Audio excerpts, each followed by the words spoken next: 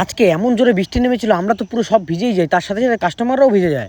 প্রতিদিনের মতনই আমিও মালগুলো নিয়ে এসে গোটাতে থেকে দোকানে সব মালগুলো এক এক করে। আজকে যা গরম পড়েছিল, মনে হয় আগে এরকম কোনোদিনও গরমটা করেনি। আমি তো লিটারেলি পুরো দাঁড়িয়ে দাঁড়িয়ে ঘামিয়ে যাচ্ছিলাম। তারপর অনেক কষ্টে সব মালগুলো সাজিয়ে নিয়ে তখনই থেকে সুজন এসে, আর সুজন আসতে আমি একটু বাইরে চলে যাই হাওয়া খেতে। আর দোকান খুলতে বলতে কাস্টমাররা তো এসেই পড়ে। মালগুলো গোটানো হয়ে গেলে সব কাস্টমারদের অর্ডারগুলো নিয়ে ফার্স্টে এই দাদাকে এক প্লেট চাউমিনের, তারপরে এই দাদা আসে। দাদার বাড়ি হলো রানাঘাট। দাদা বলছিল এক প্লেট কম্বো আর একটা ফিশ ফ্রাই নেবে, তো দাদাকে পার্সেলটা দিয়ে তারপরে এই দাদা এসে বলে তোমাদের ভিডিও দেখে এসেছি। আর এই দাদা তো অনেকক্ষণ দিয়ে দাঁড়িয়ে আছে। দাদা ছিল অনেক কিছু আজকে পার্সেল। দাদা আজকে ভ্যারাইটি রকম অনেক আইটেম পার্সেল নিয়ে যায় বাড়ির জন্য। তারপরে ছিল একটা ভাপার অর্ডার, আর অর্ডারটা ছিল এই ভাইকে একটা ভাপা দিয়ে তারপরে দেখি প্রচন্ড জোরে বৃষ্টিপাত শুরু হয়ে যায়। আর বৃষ্টি হচ্ছিল, তার সাথে সাথে দিচ্ছিল ঝড়। কাস্টমাররা তো ভিজেই যায়, তার সাথে সাথে আমরাও পুরো ভিজে যাই। সেই বৃষ্টি চলে প্রায় 1 ঘন্টা। তারপরে বৃষ্টিটা থামলে এই কাস্টমার আস্তে আস্তে আসতে থাকে। আর আমাদের দোকানের সামনে তো জল পুরো ভর্তি হয়ে গেছে। এদিকে চিলি চিকেন গুলো ঠান্ডা হয়ে গেছিল বলে রাহুল সব গরম করে নিচ্ছিল তার মধ্যে ঢেলে, যাতে কাস্টমারদেরকে সব গরম গরম সার্ভ করা যায়। তারপর এক দাদাকে একটা কম্বো দিয়ে দেখি আমাদের পাড়া থেকে একটা ভাই এসেছে। ভাইয়ের ভিডিও নিচ্ছিলাম বলে ভাই একটু লজ্জা পাচ্ছিল। ভাইয়ের ছিল এক প্লেট কাপেল কম্বো অর্ডার, তো ভাইকে একটা কাপেল কম্বো সাজিয়ে সুন্দর করে আমরা দিয়ে দিলাম।